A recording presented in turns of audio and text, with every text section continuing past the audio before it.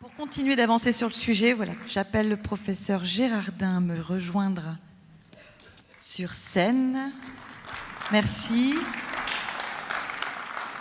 Alors, professeur, votre renommée vous précède, mais permettez-moi de rappeler brièvement votre parcours. Vous êtes pédopsychiatre, chef de service universitaire de psychiatrie de l'enfant et de l'adolescent au CHU de Rouen et chef de pôle de psychiatrie enfant et adolescent au CH Rouvray, également responsable du pôle femmes-mères-enfants au CHU Charles-Nicolle. Du tout. Non, j'ai assez avec le pôle, le pôle du Rouvray et le service au CHU. Mais Moi, je vous vous ajoutez plein de choses encore. Oui, sûrement, mais en tout cas pas celle-ci. Surtout pour l'année 2025, il y a du boulot, a priori. Donc je m'étais dit, tiens, ça serait pas mal. En tout cas, le président d'ISLI vous a mentionné dans son discours d'ouverture, notamment par rapport à une étude que vous êtes en train de mener en tant que pilote aussi en partenariat avec Claire, que vous allez évoquer certainement dans votre intervention. Et intervention qui sera en forme de réponse sur quelles sont nos représentations aujourd'hui autour de la psychiatrie de l'enfant. Merci. Merci beaucoup. Alors c'est vraiment un grand plaisir d'être là. D'abord parce que j'ai eu la chance de pouvoir arriver hier et de vraiment partager un moment convivial, quasi familial. Finalement avec vous tous. Je suis très impressionnée par la mobilisation, quand même l'attention du public, même si là on est en postprandial.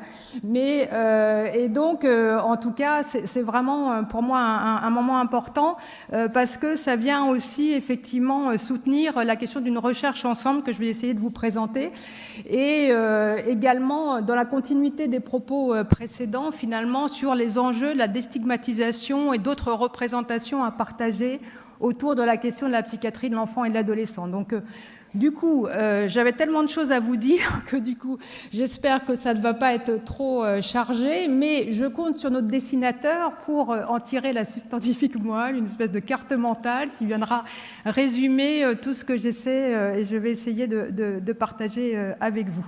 Je vais m'appuyer aussi, je l'ai cité là juste, j'ai participé à la conférence de consensus sur les besoins fondamentaux en protection de l'enfance avec donc des collègues et donc je vous remettais cette référence sur lequel je vais m'appuyer à un moment donné parce que je pense que ça reste un document tout à fait intéressant et que vous pouvez facilement charger, retrouver et lire. Donc l'enjeu de ce propos, c'est entre autres de pouvoir effectivement déstigmatiser et pour ça, c'est au fond donc changer nos représentations, notre manière de nous voir réciproquement et donc autour du fil directeur quand même des troubles du comportement puisque c'est un axe que nous partageons, qu'on va essayer de décomposer de part et d'autre, du côté des professionnels, du côté de l'enfant, à la fois du côté de la cognition, avec nos questions des représentations ici, du côté des comportements par ailleurs, et puis du côté de la régulation émotionnelle, puisque autour de cette question-là, finalement, il faut au moins prendre en compte ces éléments-là et évidemment l'intégrer à la notion du care, du prendre soin ensemble en situation de vulnérabilité. Donc on va passer ensemble trois axes autour de cette représentation, autour un peu plus concrètement des troubles du comportement et comment est-ce qu'on peut les appréhender en nous appuyant sur les neurosciences et sur les sciences humaines et en particulier sur la théorie de l'attachement. Comment nous, aujourd'hui, en psychiatrie de l'enfant et de l'adolescent, on peut aborder ces questions-là et les partager ensemble avant de voir comment, du coup, ces éléments de questionnement prennent sens dans la recherche que nous allons partager ensemble et que je vais vous présenter rapidement. Alors, représentation sociétale, donc ça fait transition avec la présentation précédente. La psychiatrie est piégée par bien des représentations et entre autres du côté de la violence, avec quelque chose d'un raisonnement à l'envers finalement, puisque en ce qui concerne la violence, notre société a quand même beaucoup tendance à vouloir penser que quand il y a violence, il y a forcément trouble psychiatrique et qu'au fond la réponse pourrait être du côté de la psychiatrie. On le voit beaucoup du côté de la radicalisation. La psychiatrie a régulièrement été sommée finalement de répondre à cette question-là. Or, toutes les études, si besoin, nous le rappellent. La radicalisation et les actes extrêmement violents qui peuvent s'y rapporter, par exemple, eh bien, sont commis par des individus qui, pour la très grande majorité, n'ont absolument pas de troubles psychiatriques. Mais en même temps, comme effectivement nous avons des patients très fous, dans le sens propre du terme, c'est-à-dire quelqu'un qui est complètement en rupture totale avec des éléments de réalité, donc quelqu'un qui est délirant, quelqu'un qui est halluciné, peut avoir des gestes extrêmement violents, extrêmement incompréhensibles, et d'autant plus violents qu'ils sont incompréhensibles, comme à Rouen, un détenu qui avait mangé le poumon de son codétenu. Bon, donc des choses comme ça qui évidemment interpellent au niveau médiatique et font la une des journaux, mais qui du coup font circuler l'idée que du coup nos patients sont potentiellement les plus dangereux, voilà. Alors que toutes les études nous montrent que, encore une fois, nos patients sont moins violents que la population générale, premier élément, donc extrêmement importante, et souvent victimes avant tout, plus que auteurs. Autre chose qui piège la psychiatrie, c'est que comme effectivement nous avons dû développer des modalités de réponse à la violence pour ces quelques patients qui peuvent être du côté de la psychiatrie extrêmement violents et imprévisibles, nous avons développé en psychiatrie, en particulier dans les unités d'hospitalisation, un savoir-faire autour de la gestion de la violence, qui d'ailleurs a encore des progrès à faire, mais en tout cas qui existe. Et donc là aussi c'est un piège, parce que comme nous avons effectivement cette connaissance, ce savoir-faire, ou en tout cas cette représentation autour de ce savoir-faire, eh bien on nous renvoie d'autant plus, dès qu'un patient finalement est ingérable, il est pour la psychiatrie. Et donc, comment sortir de ces représentations-là pour répondre de manière plus adaptée à la psychiatrie et participer du coup d'autres représentations, évidemment, vis-à-vis de nos patients et des familles. Je me souviens comme ça d'un patient pour qui on avait posé un diagnostic de schizophrénie précoce, à début précoce. La première chose que la famille m'a dit, ça a été « mais on ne peut plus le garder à la maison, alors il va être dangereux ». Bon, donc attention, même avec un diagnostic schizophrénie où on peut avoir des éléments délirants, on n'est pas dangereux pour autant en soi. Donc voilà un premier élément extrêmement important. Et du côté de la violence, c'est vraiment plutôt la question qui évidemment nous partageons au premier plan, qui est que, en tout cas, les enfants et les adolescents exposés à toute forme de violence, eh bien c'est le facteur de risque, c'est quasi expérimental, c'est insupportable parce que c'est quelque chose dans l'absolu qu'on devrait pouvoir éviter. Eh bien en tout cas, ces enfants adolescents qui subissent de la violence, effectivement, en tout cas, ils sont en tout cas plus à risque de troubles psychiatriques et de troubles globaux d'ailleurs concernant leur santé. Donc c'est un combat ensemble que nous poursuivons. Particularité de la psychiatrie, c'est aussi évidemment une clinique particulière puisqu'il s'agit d'accueillir, recueillir, supporter, métaboliser des émotions très fortes, effectivement, de peur, de tristesse, de désespoir, de tentative de suicide. Et une clinique, au fond, qui donc fait peur, des patients qui font peur, on vient de le dire, et une spécialité qui revendique en plus un fonctionnement, mais on peut tout à fait s'y retrouver là aussi entre nous, en décalage avec des modalités de société où tout doit aller vite, où les réponses doivent être efficaces, où on doit les évaluer rapidement. Et donc, autant on le voit, et pour moi qui suis au sein du pôle femmes-mères-enfants, je vois qu'en pédiatrie, les temps d'hospitalisation, les temps de prise en charge en pédiatrie médicale, en chirurgie, ont énormément diminué ces dernières années. Autant en psychiatrie, le temps psychique, on n'a pas réussi finalement à le réduire. L'être humain a besoin, pour traverser une épreuve, pour se rétablir d'une pathologie mentale, pour sortir d'un épisode psychiatrique quel qu'il soit, il a besoin de temps. Et ça, c'est absolument pas dans les enjeux à l'heure actuelle, à tout point de vue, de représentation sociétale, d'attente sociétale ou évidemment économique. Et donc, il a besoin de temps. Et il a besoin aussi de facteurs relationnels qui passent avant tout par la continuité relationnelle au sein d'une pluridisciplinarité qu'il faut intégrer. Et donc, ces patients stigmatisés, d'où l'importance de cette grande cause nationale, même si effectivement la santé mentale, la psychiatrie à l'intérieur de ça est un des éléments de la santé mentale, en tout cas, eh bien, la psychiatrie est encore très entravée dans le repérage, la prévention, l'accompagnement, la formation, l'accès aux soins des patients, et c'est donc un enjeu important. Alors, travailler sur nos représentations, c'est travailler sur les représentations du public, mais c'est aussi faire balayer devant sa porte. Et donc, la psychiatrie a aussi beaucoup contribué, peut-être, à cette stigmatisation, peut-être dans un certain repli, peut-être dans une difficulté à pouvoir parfois partager un certain nombre de choses, ou peut-être aussi dans des combats idéologiques qui ont beaucoup entravé, finalement, nos discours.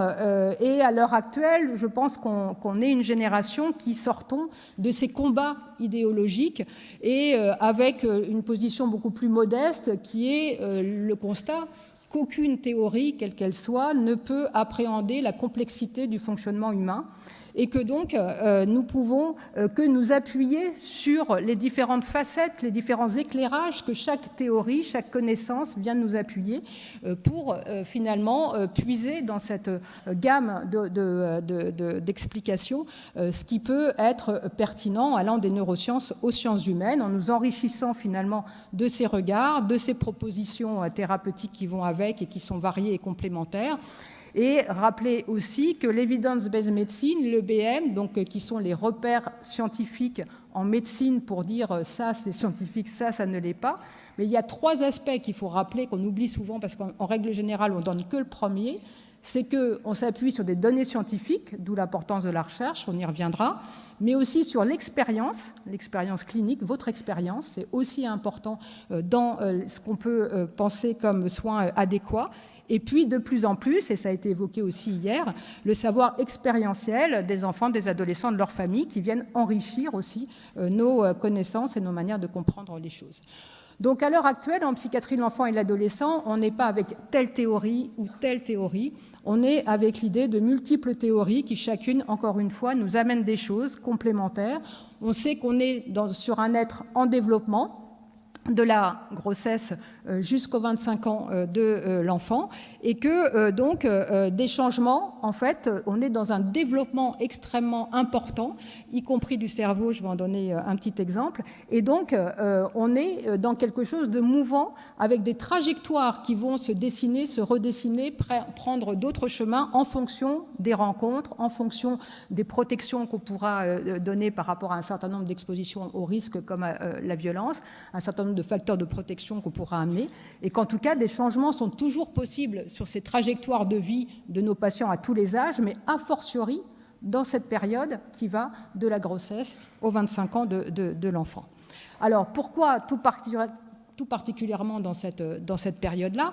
Eh bien, parce que voilà des éléments de neurosciences qui sont venus consolider ou éclairer autrement notre compréhension. Eh bien, on sait maintenant très bien que le cerveau en construction, les synapses qui permettent à notre cerveau, donc petit à petit, de faire des connexions entre neurones, de sélectionner les neurones en fonction d'une rencontre avec l'environnement, et petit à petit, donc, de déployer ces connaissances cognitives et autres, émotionnelles, etc., de se construire. Eh bien, il y a 2 grandes phases. La phase, évidemment, du tout petit, en périnatalité, la première année de vie, mais au moins jusqu'aux 3 ans de l'enfant. Il y a un gros moment d'organisation du cerveau qui est dans cette première phase du début de la vie. Mais il y a une deuxième phase aussi où on rebat les cartes, où les choses sont relancées, qui est la période de l'adolescence. Et donc, évidemment, toutes les périodes de l'enfance à l'adolescence sont importantes, mais en tout cas, ces 2 extrêmes de ces périodes-là sont des périodes où le cerveau est particulièrement sensible à ce qu'il rencontre dans l'environnement. C'est vrai au niveau des toxiques. Une mère qui prend des toxiques pendant la grossesse, le cannabis, pour le bébé, c'est pas terrible, pour le fœtus. Un adolescent qui rencontre le cannabis, c'est pas terrible non plus pour son cerveau. Il faudrait commencer le cannabis après 25 ans, c'est pas une raison pour le commencer, mais en tout cas, ça, vous êtes moins à risque après 25 ans. En tout cas, c'est pas une incitation pour autant. Et c'est pareil, l'environnement, c'est les produits, mais c'est aussi les rencontres. Et donc, c'est vrai aussi au niveau des rencontres. Et donc ce cerveau qui est extrêmement branché sur l'environnement, il est branché sur tout type de rencontres et il va être extrêmement sensible aux rencontres positives, négatives. Et donc ce sont des périodes d'ouverture, des fenêtres sur lesquelles il y a des adaptations, des réparations, des possibles qui restent là. Et je dis ça parce que parfois dans certaines formations, on rencontre un certain nombre de professionnels un peu désespérés avec certains ados, parce que oui, il faut tenir un certain temps avec les ados et qu'ils nous mettent à rude épreuve, mais avec l'idée que, bon, après tout, c'est foutu, donc autant s'occuper des tout petits. Ben non, c'est pas foutu, et il y a des vrais enjeux, parce que justement, ce cerveau, il est en construction, donc là, vous avez 3 cerveaux, à 12 ans, je vois pas très bien, et 25 ans, je crois, 20 ans, et donc, en tout cas, vous voyez petit à petit, et c'est la maturité, c'est le violet qui vient de plus en plus, finalement, organiser l'avant du cerveau, donc cette partie frontale, qui permettent en fait la mise en place de l'inhibition, du contrôle. Vous contrôlez les impulsions parce que petit à petit, un certain nombre de connexions et l'organisation de votre cerveau vous le permet aussi. Et donc vous voyez dans la courbe de gauche que ce contrôle des impulsions, ce développement du cerveau, eh bien, il se finit qu'à 25 ans. Et donc il y a une période extrêmement rude où ce qui est au premier plan, eh bien, c'est l'émotion et qui n'est pas régulée par justement la capacité à inhiber et avec aussi un cerveau très sensible aux récompenses, aux rencontres avec l'environnement, etc. Ce qui explique un certain nombre de comportements et de difficultés qui vont se calmer en règle générale, ou potentiellement en tout cas, une fois passés ces 25 ans et cette période de vie. Donc, fin de cette première partie.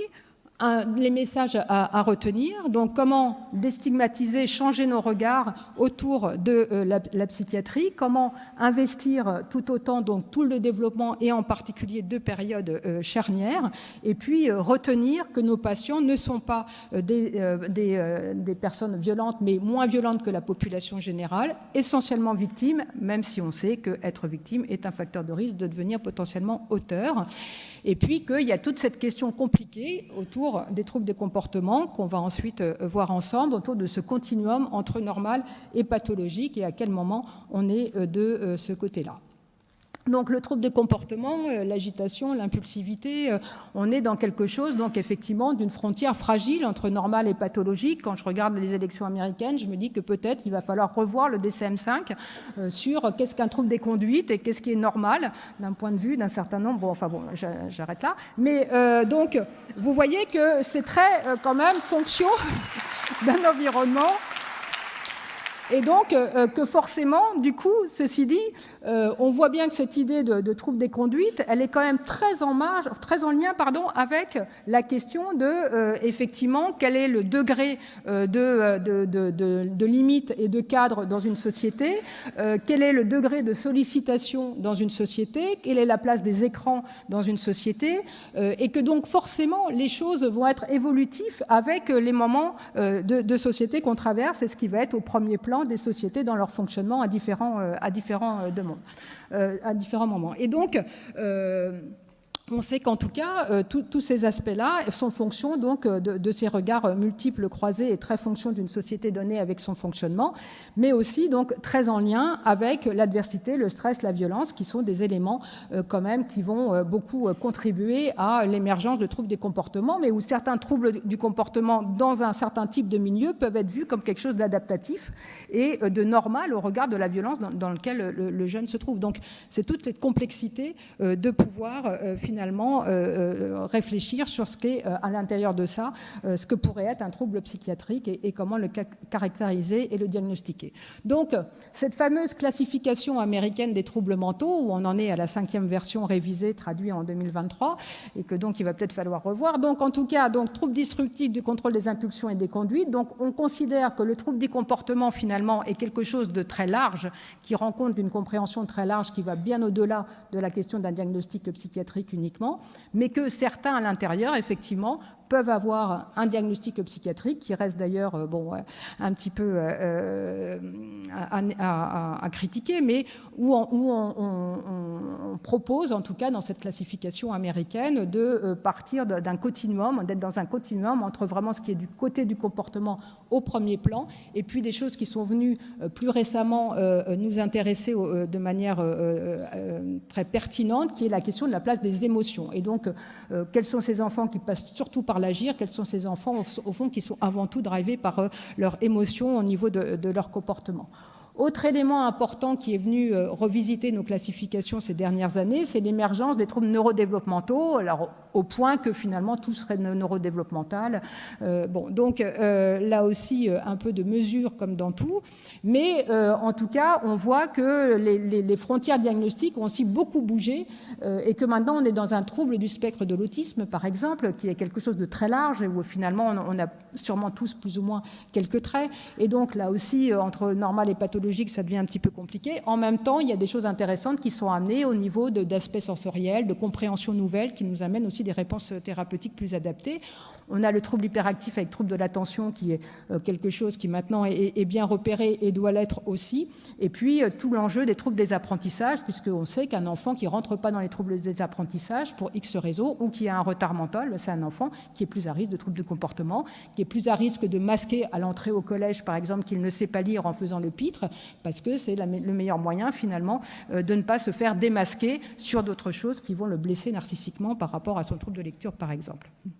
Et puis, on est dans cette idée de dynamique développementale et de comorbidité, qui est aussi un élément nouveau dans notre façon peut-être d'appréhender la psychiatrie, qui est de, au fond, se dire il peut y avoir plusieurs troubles chez un même enfant à un moment donné. Donc, si je prends par exemple le trouble hyperactivité avec trouble de l'attention, dans les différentes études, et même si celle-ci est ancienne, peu importe, ce qui est important, c'est cette idée de dynamique. C'est-à-dire que vous voyez qu'au cours du temps, on peut partir de l'existence d'un trouble attentionnel avec hyperactivité, aller vers, pour certains, une normalisation à l'adolescence, pour d'autres, un trouble oppositionnel avec provocation, qui va peut-être aller vers un trouble des conduites, et puis peut-être un trouble antisocial, et puis pour d'autres, qui va aller vers un trouble anxieux, puis peut-être ensuite un trouble dépressif, et puis peut-être que pour un, il va garder et collectionner, si je puis dire, plusieurs de ces diagnostics. Et donc, on voit qu'en tout cas, il est extrêmement important de réévaluer régulièrement les choses et que les choses ne sont pas inscrites chez la personne. Et c'est peut-être là aussi à changer nos représentations sur la psychiatrie. Il est dépressif, il est hyperactif, il est un trouble alimentaire. Non, on n'est pas constitutionnellement telle ou telle pathologie. On a des facteurs de risque chacun pour des troubles mentaux, mais pour autant, eh bien, les choses peuvent être là à un moment donné et finalement ne plus être là ensuite et évoluer dans le temps. Et ça, c'est aussi des choses qu'il faut bien avoir en tête. Donc les enjeux du diagnostic, c'est vraiment avoir l'idée que, nos classifications bougent, parce que nos connaissances scientifiques bougent, nos théories bougent, parce que l'environnement dans lequel les enfants sont élevés bouge, et donc les expressions symptomatiques bougent, donc obligent à modifier les classifications. Il y a des choses qui sont relativement stables. La schizophrénie que j'évoquais tout à l'heure, elle est en gros à 1%, et elle va rester dans quels que soient les pays et les endroits. Mais par contre, d'autres troubles, évidemment, vont émerger en fonction aussi des époques et des connaissances. Et par ailleurs, au sein d'une même personne, pour une même personne, au fur et à mesure de son développement, il va potentiellement avoir un diagnostic, ne plus l'avoir. Ce n'est pas que le psychiatre s'est trompé au moment où il l'a posé, c'est que l'enfant a grandi, a construit d'autres modalités de fonctionnement et peut s'être complètement rétabli ou peut-être aller vers d'autres difficultés potentiellement. Donc un repère non figé. Donc, en tout cas, ces comportements, à chaque fois, j'essaie un peu de résumer avec des aspects un peu pratiques qui m'avaient été demandés, mais on est dans l'idée que, en tout cas, cet agir, qui va être un peu le moteur de ces enfants-là, quel que soit, au fond, le regard qu'on y pose, c'est comment passer de la destructivité à la créativité, comment passer de la destructivité à la réparation. Quand un enfant donne un grand coup de poing dans un mur et abîme ce mur, eh bien, comment est-ce qu'on met en place une médiation thérapeutique avec lui au travers des compétences qu'on pourrait valoriser chez lui, qui peut-être sont des capacités à dessiner, qui peut-être vont lui permettre de finalement pouvoir poser sur ce mur une œuvre qui finalement va venir inverser le coup de poing en quelque chose finalement d'un geste artistique et puis va venir valoriser plutôt que de rester sur celui qui a pété le mur. Donc, comment est-ce qu'on travaille sur ces aspects-là? Comment est-ce qu'on peut travailler aussi avec cette question de l'agir qui est aussi finalement reprendre une main sur des choses qui leur échappent et qu'on entend aussi beaucoup au travers de ce comportement. Et donc, comment est-ce qu'on leur redonne la main en négociant des choses avec eux? On sait, nous, au niveau des unités d'hospitalisation pour ados, qu'on fonctionne beaucoup avec des contrats de soins avant que les ados arrivent, pour se mettre d'accord d'accord sur le cadre dans lequel on va travailler avec eux, sur ce pourquoi les objectifs qu'on va se mettre ensemble pour cette hospitalisation. Et plus on va travailler comme ça, plus on aura évidemment de l'adhésion du patient avant qu'il arrive dans nos murs.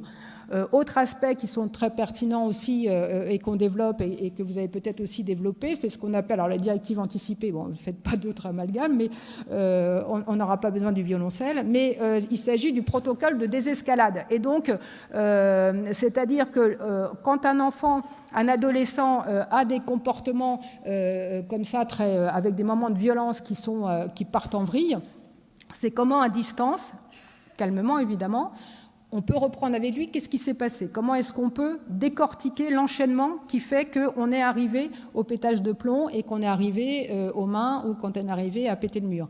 Et donc, comment est-ce qu'on reprend ce qui s'est passé et on peut reprendre de différentes manières en fonction de la capacité du sujet à pouvoir décortiquer ce qui se passe à l'intérieur de lui, bon, c'est souvent un deuxième temps, mais aussi commencer par ce qui se passe dans l'environnement. Peut-être que l'éducateur qui a été très proche, l'a touché, c'est quelque chose qu'il ne faut surtout pas faire dans ce moment-là. Pour certains enfants, c'est hyper important, pour d'autres, ça va être particulièrement insupportable. Peut-être que pour certains, il va falloir être mis à l'écart, mais pour autant être régulièrement ou rester avec quelqu'un plutôt que quelqu'un revienne à temps espacé, etc. Donc, on va voir avec l'adolescent qu'est-ce qu'il supporte, qu'est-ce qu'il ne supporte pas, qu'est-ce qui l'aide à redescendre et essayer de travailler avec lui des protocoles comme ça de désescalade et puis d'autres choses au niveau des émotions, mais je ne vais pas tout détailler. Donc, axe suivant, cognition, comportement, régulation émotionnelle. On ne peut pas, dans une journée sur le CARE, ne pas revenir un peu sur la théorie de l'attachement, même si j'imagine qu'un certain nombre d'entre vous la connaissent bien. Il me semblait quand même important de revenir sur ces aspects-là. Alors, dans les besoins fondamentaux qui ont été travaillés dans le cadre, entre autres, de cette conférence de consensus sur les besoins fondamentaux, ces besoins fondamentaux, ils sont vraiment l'idée qu'il y a des choses qui sont nécessaires, incontournables au développement d'un enfant, et que ces besoins vont évidemment être spécifiques et évoluer dans le temps et que la non-satisfaction évidemment de ces besoins peuvent entraîner un certain nombre de conséquences négatives. Donc dans cette conférence de consensus que vous irez regarder sur Internet si vous ne l'avez pas déjà fait et lu, il y a cette carte avec l'idée que ce cercle que vous avez, alors je crois que j'ai je ne sais pas bien, hop là. Bon, ce méta-besoin de sécurité, il va vraiment être le socle sur lequel doit s'organiser et ne peut s'organiser le reste qu'à partir du moment où il y a ce socle-là. Et donc, c'est toute l'importance de ce besoin de sécurité et de la théorie de l'attachement qui a été revue depuis Bowlby, mais en tout cas, redonnons quelques axes peut-être pour les plus jeunes autour de ces notions-là pour ne pas les oublier, qui restent extrêmement pertinentes à plus d'un titre. La notion d'attachement, elle est que c'est un mouvement qui va du bébé vers l'adulte.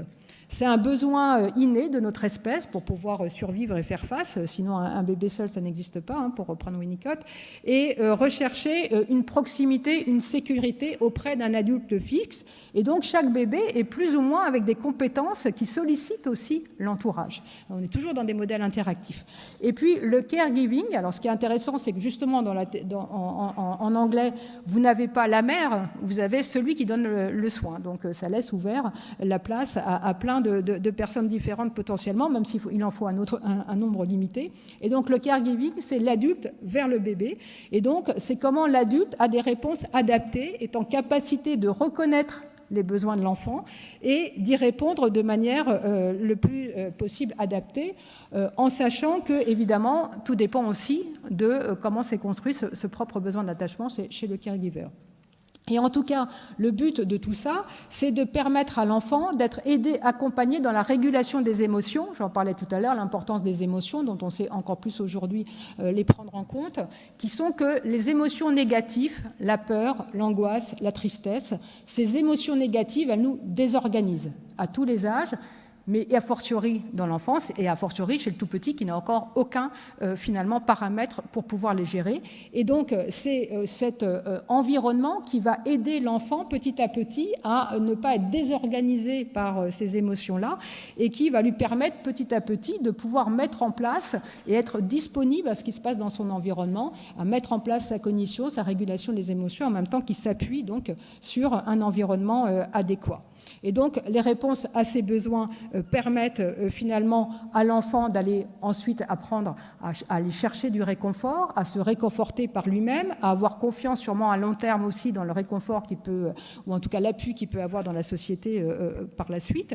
Et puis, la confiance, encore une fois, elle permet cette base de sécurité, elle autorise l'ensemble du développement dans tous ses aspects. Et on a décrit différents types d'attachements sur lesquels je ne vais pas du tout m'appesantir, juste pour dire en tout cas que ces troubles de l'attachement, ce n'est pas pathologique. D'ailleurs, on considère qu'il y a plus de troubles de l'attachement dans ceux qui sont du côté du soin. Donc vous voyez qu'il y a plein de possibilités d'évolution et de faire quelque chose de son histoire. Mais en tout cas, on sait que c'est des facteurs de risque aussi de pathologie psychiatrique, mais ce n'est pas une pathologie en soi à proprement parler. En tout cas, du côté du caregiver, le caregiver dit optimal, ce n'est pas celui qui réussit à 100%. Et ça aussi, je pense que c'est une notion très importante.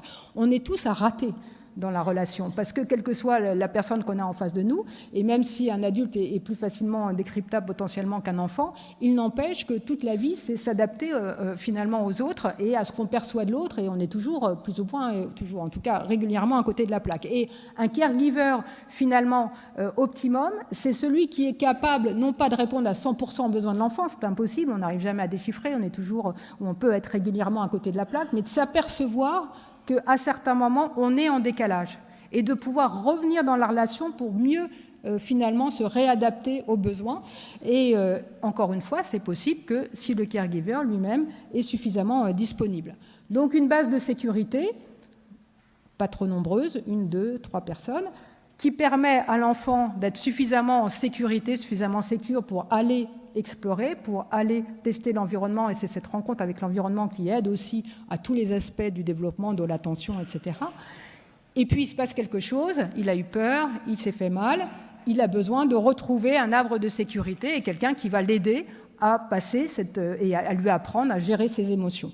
Mais si ce havre de sécurité est pris par d'autres enjeux, a fortiori peut-être dans la violence, eh bien ça laisse cet enfant seul face à lui-même, désorganisé, sans savoir comment répondre à ses émotions qu'il ressent, et petit à petit, en apprenant que l'entourage n'est pas forcément là pour l'aider par rapport à ça.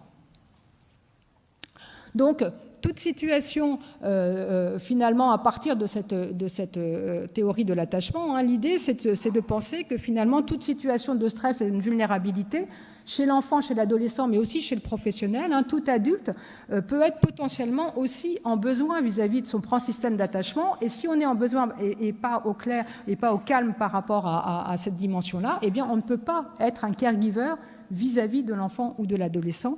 Et donc, pour nous, dans les institutions, quelles que soient nos places et nos lieux d'exercice, et peut-être qu'à l'heure actuelle, j'aurais une pensée particulière pour la protection de l'enfance qui aurait bien besoin qu'on prenne soin d'elle, et donc en tout cas, il faut qu'à l'intérieur des institutions, on puisse travailler sur justement comment on est entre nous en équipe des soutiens et pouvoir fournir des soutiens individuels aux équipes, parce qu'on ne peut pas s'occuper d'enfants en grande difficulté, que ce soit du côté de la psychiatrie ou du côté des DITEP, sans se sentir soi-même suffisamment en sécurité et en sécurité au sein de son équipe et de son institution.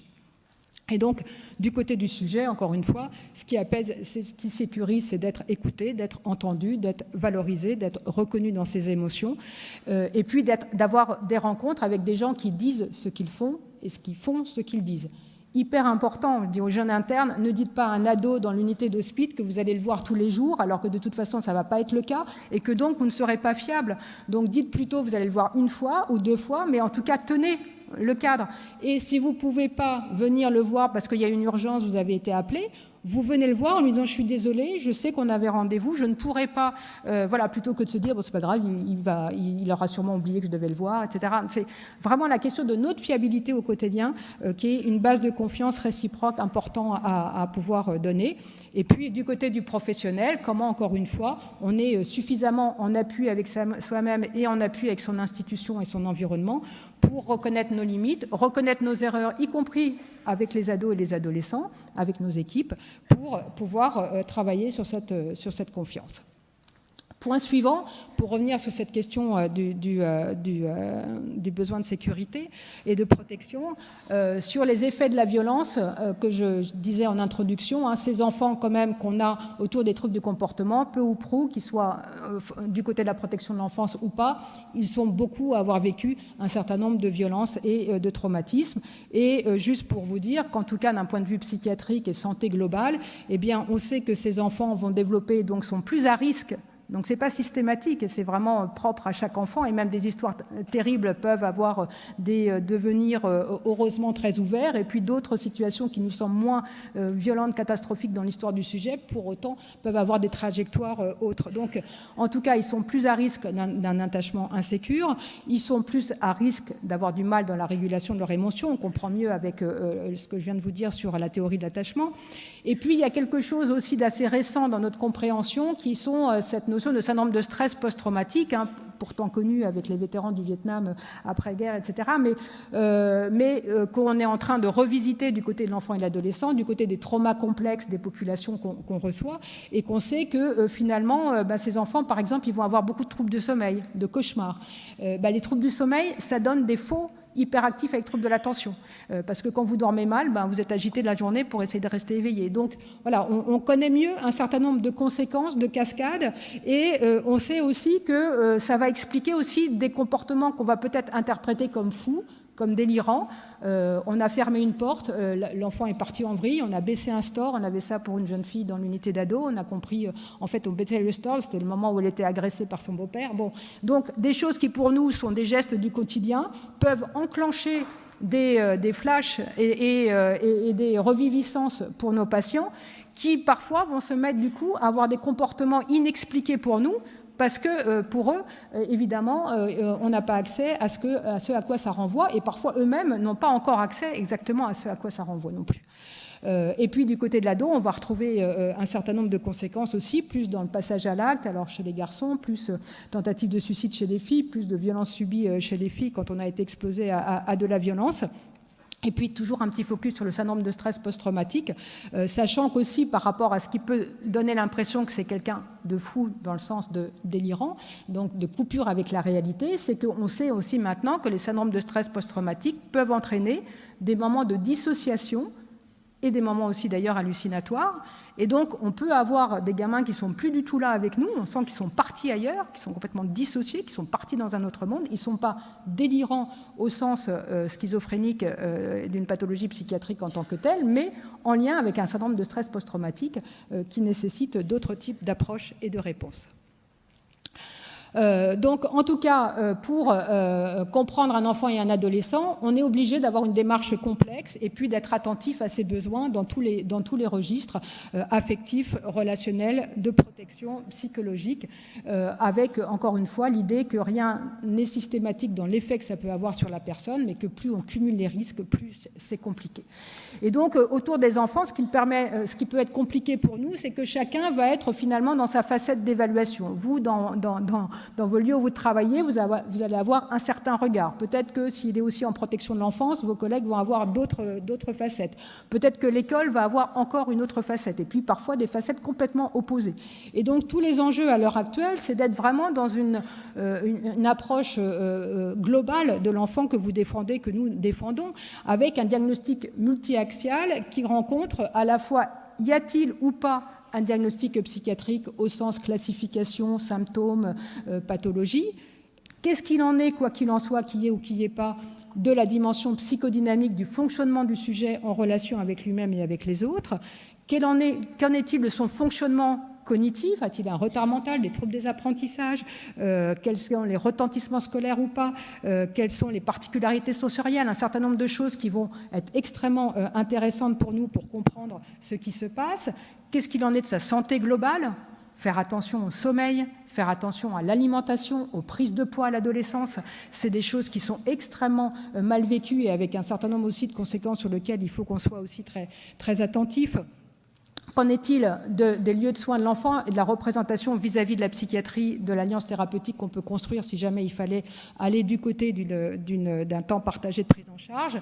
Et puis, quelle est sa capacité à pouvoir se représenter lui-même, se représenter le fonctionnement des autres? Quels sont les facteurs de risque sur lesquels on peut intervenir pour diminuer les facteurs de stress chez cet enfant? Et quels sont les facteurs de protection sur lesquels on peut s'appuyer pour l'aider? Et donc, on est vraiment à devoir s'appuyer sur tous ces aspects-là pour pouvoir finalement l'aider. Et on a un certain nombre maintenant de thérapies plus récentes qui nous aident, où je ne vais pas trop développer, mais sur la régulation des comportements, sur le passage à l'acte suicidaire. Tout le monde doit être formé maintenant à évaluer un risque suicidaire, à savoir comment on réagit par rapport à ça. Tout adolescent, tout professionnel doit connaître le 3114, qui est le numéro d'appel national, qui peut aussi bien servir pour des professionnels que pour des adolescents.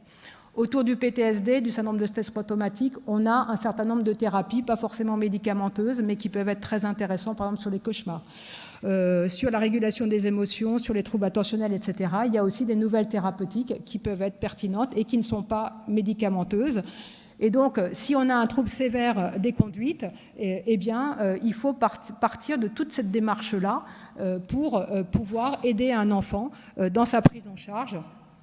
Et ne pas faire du traitement médicamenteux. Dernier message que je voulais absolument partager avec vous, même si ça va être évidemment rapide, c'est que vous voyez que dans cette démarche d'une conduite à tenir en cas de trouble des conduites, le traitement, il vient en 5e, et il ne vient que parce qu'il s'appuie sur tout ce qui s'est fait précédemment et qui continue, c'est-à-dire dans une prise en charge globale et pas dans une réponse systématiquement médicamenteuse, sachant qu'on a peu de psychotropes en psychiatrie de l'enfant et de l'adolescent qui ont vraiment des effets, sauf peut-être pour l'hyperactivité avec troubles de l'attention, et puis pour la dépression aussi et les troubles anxieux. Après, sur tout le reste, et en particulier les troubles des conduites, c'est quand même beaucoup plus discuté, ça a beaucoup d'effets secondaires négatifs pour le sujet, et que, en tout cas, l'enjeu des médicaments, comme des diagnostics, comme je le disais tout à l'heure, c'est comment est-ce qu'on réévalue. Les patients, ils sortent d'hospitalisation, par exemple, ils sont passés par chez nous, ils ont un traitement, et puis après, le généraliste le renouvelle, un tel le renouvelle, et puis finalement, personne réévalue ce traitement qui a pourtant des effets secondaires aussi négatifs et qui est peut-être plus nécessaire, puisque les diagnostics évoluent et les besoins évoluent. Donc, comment avancer ensemble? Les conditions d'un changement, c'est vraiment notre travail en commun, se connaître, partager pour préparer ces échanges. Moi, j'ai téléphoné à des collègues qui travaillent en DITEP en tant que psychiatre pour avoir un peu leur ressenti vis-à-vis de ce qui s'y passe et des messages qui pourraient être importants. J'ai rencontré des collègues qui étaient avant sur l'hôpital psychiatrique du Rouvray dans notre pôle en psychiatrie de l'enfant et de l'adolescent, qui sont maintenant en DITEP. Je pense que des temps d'immersion, d'échange, de travail en commun, c'est vraiment des choses sur lesquelles ça peut nous aider à pouvoir avancer, chaque champ ayant finalement son regard, ses compétences qui doivent être respectées, qui sont complémentaires. En même temps, chacun d'entre nous est face au décalage entre ce qu'on aimerait, entre la réalité de nos moyens, entre nos connaissances, entre ce qu'on arrive à faire avec un enfant. Et un enfant, un adolescent en grave difficulté, avec des graves troubles des conduites, en règle générale, il a besoin vraiment d'un travail serré entre nous et pas qu'on se l'envoie comme une patate chaude, qui est toujours un enjeu autour de ces aspects. Et chacun, finalement, assumant sa place, sa fonction, avec toujours cette idée du fil rouge, quel est sur le plan relationnel le minimum de continuité que chacun dans nos institutions on arrive à préserver auprès de cet enfant. Alors, pour continuer à se connaître et mieux connaître la population qui est au sein de vos institutions, eh bien, l'AIR a souhaité, a été à l'initiative de l'idée qu'il fallait finalement faire une recherche. Et nous-mêmes, nous étions dans le cadre d'une recherche qui a démarré il y a 2 ans et demi et qui a reçu une subvention INSERM et Université de Rouen-Caen, Lille-Amiens, autour des enfants de la protection de l'enfance. Nous avons toute une recherche en cours sur les trajectoires d'adversité, et justement comment elles évoluent dans le temps, comment elles se réparent ou elles se dégradent, confrontées à quelles difficultés. Et donc nous avons toute une expérimentation en cours autour des enfants de la protection de l'enfance et qui nous permettent, avec d'autres collègues, de réfléchir à différents aspects épidémiologiques, de parcours de santé, d'enjeux éthiques, etc. Et en nous appuyant sur cette recherche en cours sur nos différentes universités, dont Lille et Rouen, et Amiens et Caen, Eh bien, et ce chef de projet que nous avons reçu, que nous avons pu avoir dans ce cadre-là, avec Claire, nous sommes donc dans la mise en place d'une recherche sur l'état des lieux de la santé mentale des adolescents suivis dans vos dispositifs. Et donc, cette recherche, elle part du constat que les choses évoluent dans nos diagnostics, dans nos connaissances, dans les populations que vous accueillez, qui n'est plus le même que celle qu'a connue une autre génération d'éducateurs, et que donc il faut revisiter et comprendre ensemble quels sont les profils actuels des enfants et des adolescents, là en l'occurrence reçus, pour d'autant mieux penser ensemble comment est-ce qu'on peut accompagner ensemble les choses et pas en opposition. Alors, les choses sont parties d'un coin de bar, je crois, avec, à l'issue d'une journée comme celle-ci, entre Guillaume Bronsard à Marseille, je crois, et donc avec l'idée, donc Guillaume Bronsard, qui est professeur de psychiatrie de l'enfant et de l'adolescent maintenant à Brest, qui s'intéresse beaucoup à ces populations de la protection de l'enfance, et donc avec l'idée, tiens, si on faisait une recherche. Alors, à partir de ce coin de bar et de ce verre partagé, eh bien, Guillaume a sollicité des confrères de psy enfants-ados, dont je fais partie, qui s'intéressaient, donc pour nous, au travers de la FHU-PEA que je vous ai très rapidement présenté, et donc a réuni un certain nombre donc, de régions via les CHU et via les professeurs de psychiatrie de l'enfant et de l'adolescent qui y travaillent. Donc voilà comment se sont fait les choses, hein, pour qu'il n'y ait pas de malentendu. Si vous n'êtes pas dans la région, c'est que Guillaume n'avait pas, ou votre professeur de psy enfant ado n'est pas spécialement branché, ou en tout cas, voilà, il n'y a vraiment pas du tout l'idée d'exclure aucune région, mais l'idée qu'on pouvait de toute façon pas faire toutes les régions, parce que là on allait se perdre, c'était sûr, et déjà c'est pas facile. Donc du coup, voilà les régions qui sont dans cette aventure. Voilà du coup les établissements qui ont été sollicités parce qu'en partenariat avec les services universitaires des régions concernées. Et donc, bon, l'Île-de-France, il est dans une couleur un peu particulière parce qu'on n'a plus tellement de signes de vie et que bon, on va avancer pour l'instant sans eux. S'ils nous rejoignent un jour, on en sera ravis. Et donc, en tout cas, la finalité donc, de cette recherche, c'est encore une fois, je vais avancer, donc mieux connaître et évaluer. Donc, au travers de ce que j'ai essayé de vous dire dans mon topo un peu chargé, mais c'était aussi pour vous illustrer pourquoi on a pris ces axes-là qui vont être évalués dans le cadre de cette recherche. Donc, les troubles psychiatriques, évidemment, c'est la première demande, et neurodéveloppementaux. Les traumas, toute cette question de la violence et de l'existence ou pas de syndrome de stress post-traumatique, hein, sachant que, par exemple, dans la population de la protection de l'enfance, on a fait une revue de littérature récemment, le syndrome de stress post-traumatique, on n'a aucune donnée sur les enfants de la protection de l'enfance. C'est quand même assez fou, puisque c'est les premiers concernés, a priori, par ça. Donc, qu'en est-il des traumas et des syndromes de stress post-traumatique? Qu'en est-il de leurs caractéristiques de l'attachement? Qu'en est-il de leur capacité cognitive? Qu'en est-il de la gestion des émotions? Vous comprenez, j'espère, à l'issue de cette conférence, l'importance de ces différents axes et pourquoi on s'est centré sur ces différents axes avec des outils validés qui seront passés. Donc je remercie, elle n'a pas pu être là, Cécile Pourchet, qui est notre chef de projet dans le cadre de la FHU et qui donc est le fer de lance de l'organisation extrêmement lourde et compliquée à partir du moment où on est plusieurs régions, plusieurs DITEP pour lancer cette recherche et qui a fait un énorme travail. Et donc les inclusions vont commencer en Bourgogne, je crois, pour débuter et très vite tous les autres régions. Bon, rapidement, bravo. Et rapidement, en tout cas, vous dire qu'il y a des lieux de formation partagés comme le DU médecine et santé de l'adolescent dont je me suis occupée longtemps, qui est maintenant repris par le professeur Jiquel et ça revient du côté de Poitiers et donc de Marcilly qu'il avait créé, des journées qui ont lieu chaque année sur lesquelles on peut aussi échanger, les troubles alimentaires, je vous le signale, parce qu'il n'empêche que la population est sous-diagnostiquée aussi sur cet axe-là. Un livre collectif qu'on avait fait dans le cadre du DU médecine et santé de l'ado et qui rend compte d'une approche très globale et transversale. Et puis, j'espère que vous êtes toujours là, de toute façon, comme je ne vous vois pas. Et vous êtes dans le noir. Et donc, merci pour vos attentions et place aux échanges.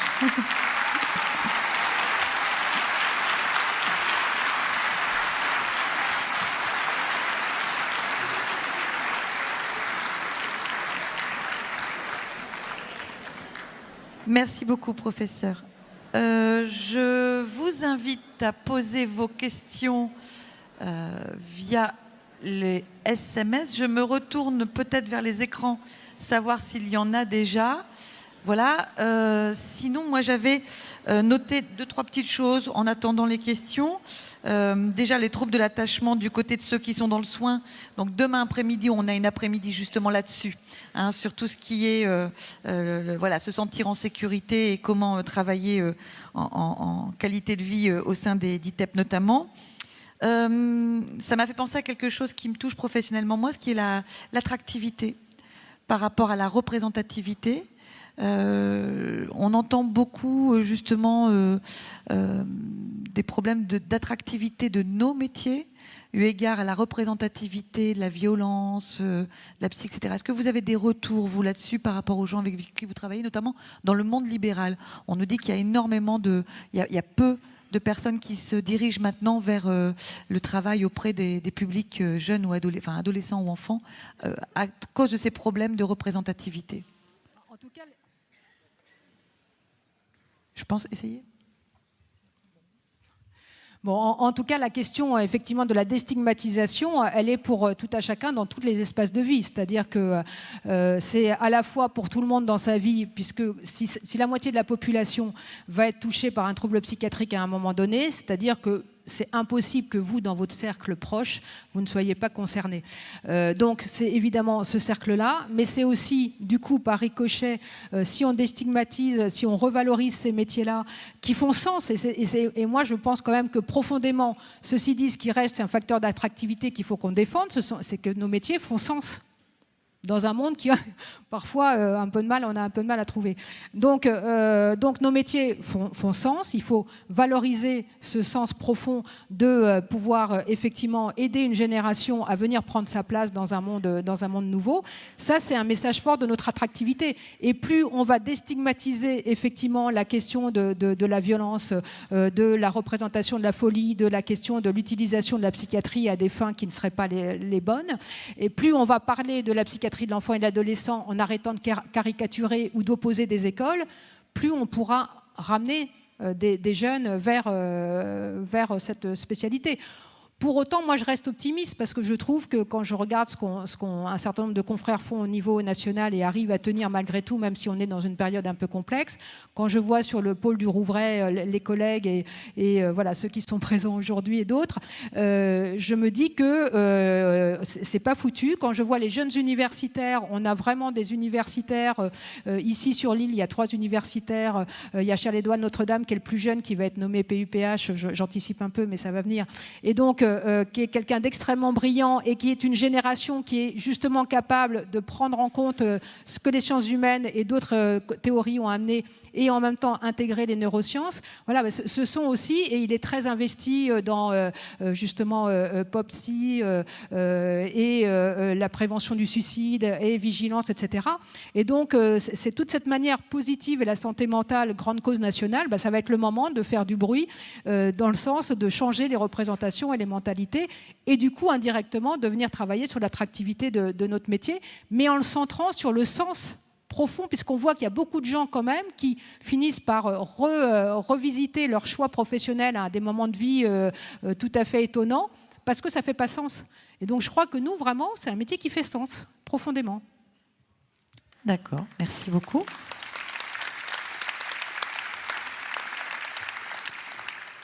Alors, 2 questions avec la salle, si vous voulez bien en prendre connaissance. Nous rencontrons des jeunes incasables, trop délirants pour les DITEP, pas assez pour la psychiatrie. Le diagnostic s'adapte souvent aux places disponibles dans les institutions sans refléter la réalité du diagnostic de la personne. Comment clarifier ce flou et établir un diagnostic réel pour eux? Et 2e question, comment élaborer et réévaluer quand il y a une pénurie de médecins psychiatres dans les structures? On en revient à l'attractivité. Bon, tout simplement. Alors, le problème peut-être de la première question, c'est que chacun veut son diagnostic. Chacun est déjà persuadé, en règle générale, déjà de son diagnostic. Et donc, c'est là où, en fait, on tourne en rond. Puisque si chacun reste sur sa position et pense avoir la vérité, bon, ça dure un certain temps. Et donc, pendant ce temps-là, effectivement, il fait des allers-retours. Donc, sur des situations complexes, l'idée, en règle générale, mais que vous connaissez, mais en même temps qui, en pratique, s'avère efficiente pour quand même pas mal de situations, c'est de s'asseoir et de pouvoir justement faire ce diagnostic multi-axial ensemble, et d'arrêter de penser aussi, avec une pensée un peu magique, qu'une hospitalisation en psychiatrie va métamorphoser les choses. Et qu'une hospitalisation en psychiatrie, on a fait une étude très intéressante sur l'hôpital psychiatrique du Rouvray avec des collègues, dont Vincent Belloc, qui est un chef de service ado formidable. Il ne m'entend pas, mais je lui dis. Et donc, c'est enregistré. Bon, enfin, je ne suis pas sûre qu'il écoute l'enregistrement. Et donc, ceci dit, ce qu'on montrait, c'est que les enfants, alors là, c'était la protection de l'enfance, mais les enfants, en tout cas, qui étaient dans des institutions, hospitalisés en psychiatrie, ils ont un risque accru de s'y chroniciser. Avec un effet, là aussi, de raisonnement inversé, c'est-à-dire la violence, ça doit être géré par la psychiatrie, parce que la psychiatrie sait gérer la violence. Un adolescent qui arrive, débarque, parce que plus personne n'arrive à gérer en termes de violence, il arrive en hôpital psychiatrique, bon, plus personne ne le veut, on le prend finalement en psychiatrie un peu par défaut ou parfois pour passer des crises, mais du coup, une fois qu'il est là, on le laisse. Et il va s'installer, et il va trouver des bénéfices secondaires à rester en psychiatrie, et il va se chroniciser en psychiatrie, et il va apprendre que pour revenir en psychiatrie, il faut dire « j'ai envie de me suicider ». Et donc, on arrive à des choses comme ça, qui sont à la fois à pas négliger, parce qu'ils sont capables de passage à l'acte aussi, mais en même temps, où il faut être extrêmement attentif des effets pervers qu'on peut entraîner à vouloir bien faire et à penser que la solution magique serait l'hospitalisation. Donc oui, il y a vraiment des situations qui vont passer un cap par l'hospitalisation en psychiatrie, mais il y a aussi des hospitalisations qu'on attend un peu magiques parce qu'on en peut plus qu'on peut entendre d'un gamin, mais où la réponse n'est pas là, et comment qu'on construire. Ou alors, sur l'IDEFI, on a aussi ouvert une structure, enfin ils ont ouvert une structure avec notre appui, et justement aussi par le docteur Belloncle, d'une structure mixte avec par éducative et par psychiatre, enfin infirmiers, éducateurs, etc., qui viennent d'ailleurs du pôle de psychiatrie, en particulier du Rouvray. Et donc, voilà, c'est ce partage de compétences. Et je pense qu'une façon, oui, c'est ça que je voulais dire aussi, c'est de faire des stages d'immersion. Moi, vous êtes vraiment les bienvenus, pour ceux en tout cas de la Normandie, vous pouvez venir de plus loin, mais c'est un peu plus compliqué. Mais je pense que vraiment, venir faire un stage d'immersion dans une unité de psychiatrie, on en a 2 sur l'hôpital psychiatrique du Rouvray, et nous-mêmes peut-être aussi, aller voir quelle est votre réalité au quotidien, c'est comme ça aussi qu'on comprend aussi les limites de chacun, les représentations de chacun, et qu'on peut sortir de « il est pour moi, il est pour toi, et moi je sais le diagnostic », et voilà. Alors après, on a les IPA. Je pense que quand même les IPA, infirmiers en pratique avancée, qui sont ces nouveaux métiers quand même à l'intersection en termes de responsabilité entre l'infirmier habituel, qui reste tout à fait important et pertinent, et le médecin, sont des nouveaux métiers. Donc là, on a déposé un projet de recherche sur l'accompagnement par un infirmier en protection... infirmier en pratique avancée, mais pour accompagner le trajectoire des enfants qui reviennent de manière itérative aux urgences et qui dépendent de la protection de l'enfance, pour voir comment cet accompagnement spécifique sur un an, parce qu'en règle générale, on voit bien, chaque année, on a le flot de ceux qu'on va revoir toutes les 3 semaines aux urgences. Et donc, comment est-ce qu'au lieu qu'ils reviennent toutes les 3 semaines, on travaille un accompagnement au niveau de l'ado, au niveau de l'institution qu'il reçoit. Voilà des choses qui peuvent nous aider à avancer, je pense, à travailler, à comprendre mieux les choses. Et sur la remarque par rapport au manque de professionnels qu'on avait là tout à l'heure, sur la question précédente ? Engageons-nous, réengageons-nous, entraînons derrière nous. Non, mais j'ai pas de solution magique. Mais plus on parlera positivement, encore une fois, de ce qu'on fait, plus on attirera des jeunes aussi du côté. Là, on a revu complètement la maquette de formation en psychiatrie de l'enfant et de l'adolescent et en psychiatrie d'adulte pour faire des 2 spécialités, des spécialités égales à part entière avec un cursus bien défini. Et on voit revenir des psychiatres du côté de la psychiatrie de l'enfant et de l'adolescent dans cette maquette qui leur reconnaît une vraie place plutôt que d'être toujours un petit peu en comparaison avec la psychiatrie adulte. Et pour terminer, à quand les thérapies dites alternatives dans la psychiatrie juvénile ? Alors, qu'est-ce que vous appelez alternative ? Alors, on utilise beaucoup de médiation, hein, donc je ne sais pas exactement ce que vous entendez par là. En tout cas, nous, on n'a rien contre l'alternatif. Dans l'absolu, il ne faut pas que ça soit déconnant et il ne faut pas que ça soit fait par des gens déconnants. C'est ça un petit peu parfois le problème. Et pour peu qu'on soit au courant et que ça ne vienne pas en opposition. Donc, il y a des gens pour qui leurs croyances font que le marabout est quelque chose qui va les aider. Si le marabout les extorque pas. Et voilà, l'effet placebo, on le connaît depuis toujours. Il faut l'utiliser, il faut le respecter. Ça fait partie du fonctionnement humain. Le fonctionnement humain, quand vous croyez à quelque chose, vous avez déjà 50% d'effets. Ben, profitons-en, allons-y. Alors après, les effets, ça dépend sur quoi, et ça dure plus ou moins longtemps. Mais bon, donc non, on n'est pas, on fait plein de choses. On fait du yoga, on fait de la méditation, on fait, je ne sais pas ce que vous vouliez faire en alternatif là. Mais... Merci beaucoup, professeur. Je vous remercie Merci encore. à vous. On vous applaudit.